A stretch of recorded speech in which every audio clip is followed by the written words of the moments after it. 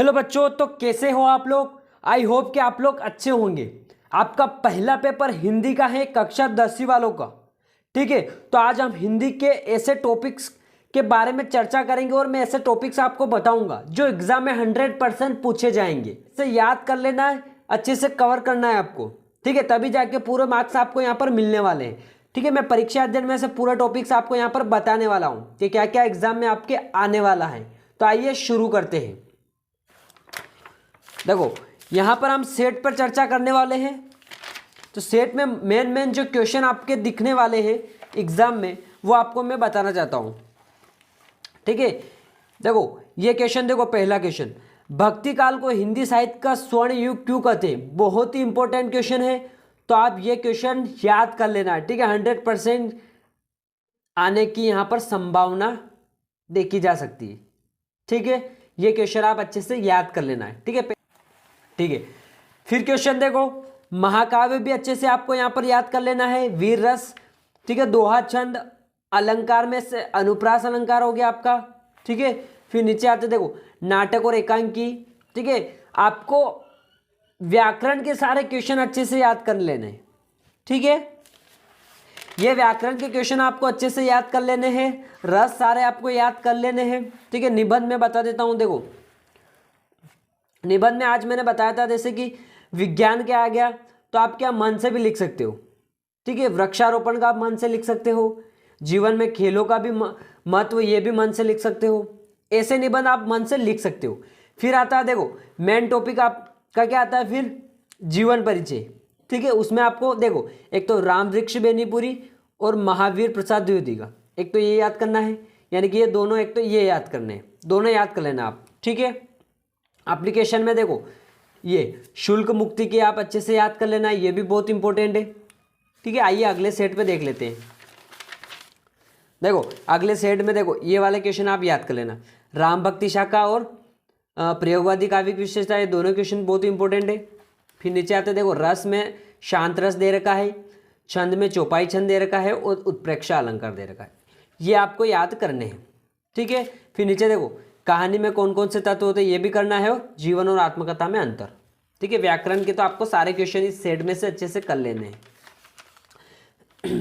फिर मैं आपको यहाँ पर बताने वाला हूँ, देखो फिर यहाँ पर मैं आपको एप्लीकेशन बताऊँगा और फिर निबंध बताऊँगा। ठीक है, मेन क्वेश्चन आपके वही है। ठीक है, और जीवन परिचय आप महावीर प्रसाद द्विवेदी जी का कर लेना। ठीक है, ये मत करना, महावीर प्रसाद द्विवेदी जी का कर लेना। अब देखो एप्लीकेशन में देखो छुट्टी की एप्लीकेशन है, तो आप वैसे मन से भी लिख सकते हो। ठीक है, टीसी की देखो स्थानांतरण प्रमाण पत्र।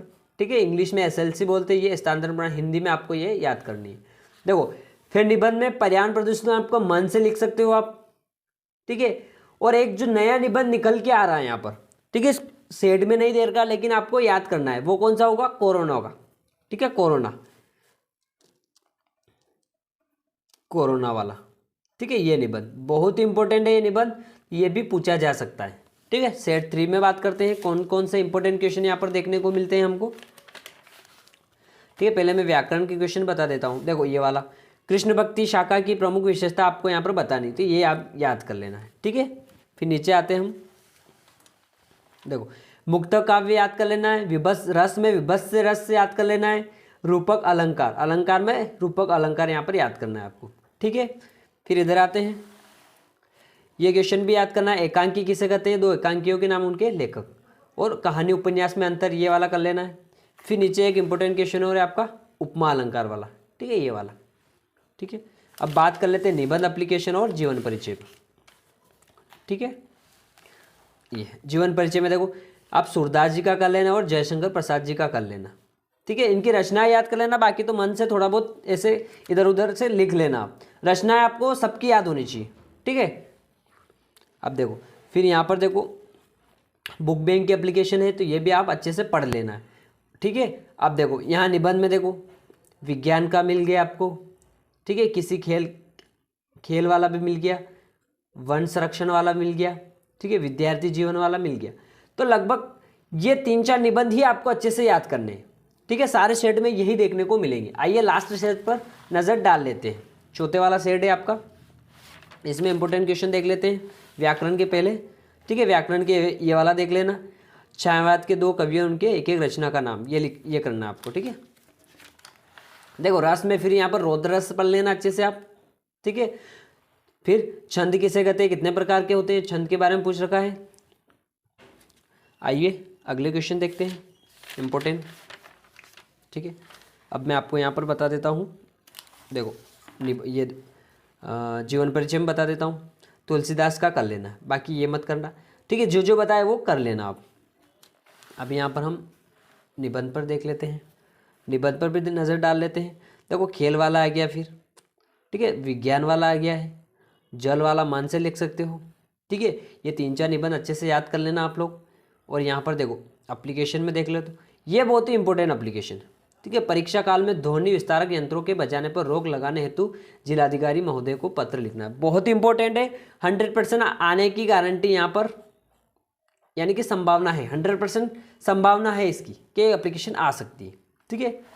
बाकी जो भी डाउट हो मुझे कमेंट बॉक्स में बता देना है और तैयारी शुरू कर दो। मैंने जो टॉपिक्स बताए उनको अच्छे से आप कवर कर लेना है, ठीक है। और व्याकरण सारे अच्छे से याद कर लेना है, तो आपके अच्छे खासे मार्क्स यहाँ पर बनने वाले हैं। अभी के लिए इतना ही, मिलते हैं नेक्स्ट वीडियो में। थैंक यू दोस्तों।